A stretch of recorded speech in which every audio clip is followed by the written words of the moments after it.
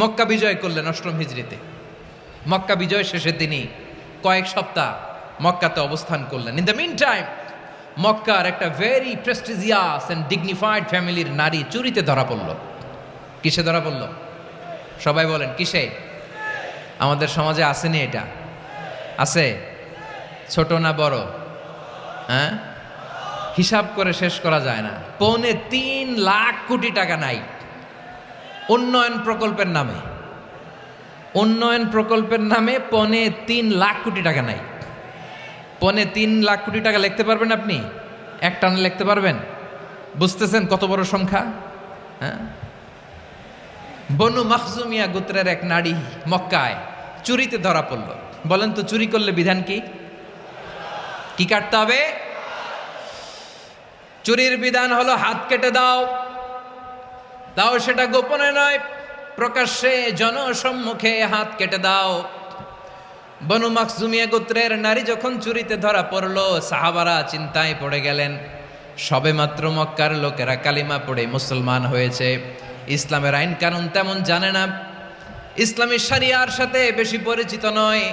এখনই যদি বিশ্বনবী চুরির যেই বিধান এটা যদি কায়েম করে হাত যদি কেটে দেয়, না জানি মক্কার লোকেরা আবার বিগড়ে যায়, না জানি মক্কার লোকেরা আবার মুরতাদ হয়ে যায়, না জানি মক্কার লোকেরা ইসলাম থেকে দূরে সরে যায়। চলো চলো, সাহাবীরা মিলে পরামর্শ করলেন, চলো বিশ্বনবীর কাছে যে বলি, ও নবী, শুধু কেবলমাত্র একমাত্র এই নারীর জন্য চুরির হাত কাটার বিধানটা আপনি একটু থামিয়ে দেন। চুরির হাত কাটার যে বিধান এইখানে একটু রহিত করে দেন, বাকিগুলা কইরেন মদিনাতে যে চলবে, কিন্তু মক্কায় এবারের জন্য মাফ করে দেন। কিন্তু কে বলবে? এই যে পরামর্শ, সাজেশন, এটা কে দিবে বিশ্বনবীর কাছে? সাহাবারা চিন্তায় পড়ে গেলেন। আল্লাহর নবীর সামনে দাঁড়িয়ে আল্লাহর দেয়া হুদুদ, আল্লাহর দেয়া বিধান থামিয়ে দেওয়া, মাফ করে দেওয়া, এই কথা বিশ্বনবীর সামনে বলার সাহস তো কেউ রাখে না। কেউ কেউ বলল, বিশ্বনবীর পালক পুত্র যায়েদ বিন হারেসার সন্তান উসামারে বিশ্বনবী নাতির মতো আদর করে, বড্ড বেশি ভালোবাসে উসামারে। এজন্য সাহাবারা উসামাকে বলতো হিব্বু রাসূলিল্লাহ, বিশ্বনবীর ভালোবাসা। কি বলতো? সাহাবীরা বললেন, বিশ্বনবীর ভালোবাসা হিব্বু রাসূলিল্লাহ, উসামারে পাঠাও। উসামারে বিশ্বনবী নাতির মতো স্নেহ করে, মায়া করে, ভালোবাসে। আমরা পারবো না, উসামা পারবে। সবাই মিলে ফুলিয়ে ফুসিয়ে ওসামাকে, ছোট্ট ওসামাকে রাজি করালো। ওসামা, এমন এমন কথা যে তুমি বিশ্বনবীর কাছে বলতে হবে, পারবা নাকি? ওসামা বলে, পারবো। সাইয়েদনা ওসামা রাদিয়াল্লাহু তাআলা আনহু তরুণ সাহাবী বিশ্বনবীর কাছে গেলেন, যে বললেন, নবী, বনু মাখজুমিয়া গোত্রের এক নারী চুরিতে ধরা পড়েছে, এবারের জন্য কি এই মহিলাটারে মাফ করে দিলে হয় না? এবারের জন্য একটু ক্ষমা করা যায় না নবী? বিশ্বনবী বলেন, আতাশফাউ ফি হাদ্দিম মিন হুদুদিল্লাহ, তোমার এত বড় সাহস উসামা, তুমি আল্লাহর হাত, আল্লাহর দেয়া বিধান, এটার ব্যাপারে সুপারিশ করতে এসেছো?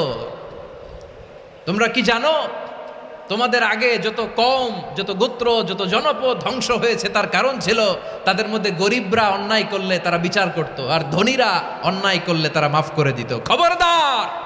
ওয়া আইমুল্লাহ লাউ আন্না ফাতিমাতা বিনতি মুহাম্মাদিন সারাকাত লাকাতা মুহাম্মাদুন ইয়াদাহা।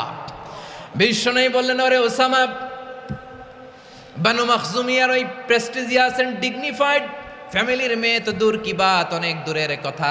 জেনে রেখো ওসামা, আমার কলিজার টুকরা, নয়নের পুটুলি ফাতেমাও যদি মক্কার জমিনে আজকে এই চুরির দায়ে ধরা পড়তো, আমি বিশ্বনবী মুহাম্মাদুর রাসূলুল্লাহ ধরে ফাতেমার ডান হাতটা কেটে দিতে এক বিলম্ব দেরি করতাম না। ইন্নাল্লাহা ইয়া'মুরু বিল আদল, আমাদেরকে জাস্টিস শিখায় পশ্চিমারা, আমাদেরকে ইনসাফ শিখায়, আমাদেরকে সুশাসন শিখায়। আর ইনসাফ, সুশাসন, ন্যায় বিচার, সুবিচার, জাস্টিস কারে বলে বিশ্বনবীর বায়োগ্রাফি থেকে জেনে নাও। এই ছিল বিশ্বনবী ইসলামের আদালতের নমুনা। আপনি যদি সাইয়েদনা ওমর ফারুকের জীবনের দিকে তাকান, এমন কঠোর, এমন বীর সেনানী ছিলেন। সাইয়েদনা ওমর ফারুক যদি রাস্তার এই মাথা দিয়ে হাঁটা শুরু করতেন, শয়তান ওমর ফারুককে দেখলে ওই রাস্তা রেখে দিয়ে অন্য রাস্তা দিয়ে হাঁটতো। সুবহানাল্লাহ। ওমর ফারুক রাদিয়াল্লাহু তাআলা আনহু কি পার্সোনালিটি ছিল! কি পার্সোনালিটি! আমাদের এলাকায় ছোট বাচ্চারা রাতে ভাত খেতে চায় না, আমার মেয়েটাও খেতে চায় না। এই এটা দিব ওইটা দিব, আজকে মাহফিলে আসার সময় বলে দিছে লিস্ট করে এটা এটা আনতে হবে। তো ছোট্ট বাচ্চাদের অনেক বায়না থাকে, ওরা রাতে খেতে চায় না। তো মায়েরা বিভিন্ন ভয় দেখায়, এই বাঘ আসবে খাও, এই ভূত আসবে খাও। আপনারা কি বলেন চট্টগ্রামে? কি আসবে? হ্যাঁ, ভূত ভূত ভূত আসবে, বাঘ আসবে, খাও খাও খাও, তাড়াতাড়ি খাও। তো বাচ্চারা এগুলো শুনে ভয়ে খেতে শুরু করে। মদিনার জামিনেও একই ঘটনা ঘটতো। মদিনার ছোট্ট ছোট্ট সোনামণিরা খেতে চাইতো না। তো মায়েরা বলতো, হা হুয়া ইয়াতি উমার, হা হুয়া ইয়াতি উমার, ওই যে ওমর আসতেছে, ওমরে ফারুকের কথা শুনলেই বাচ্চারা একেবারে ঠান্ডা। সুবহানাল্লাহ পড়বেন না? প্রভু তুমি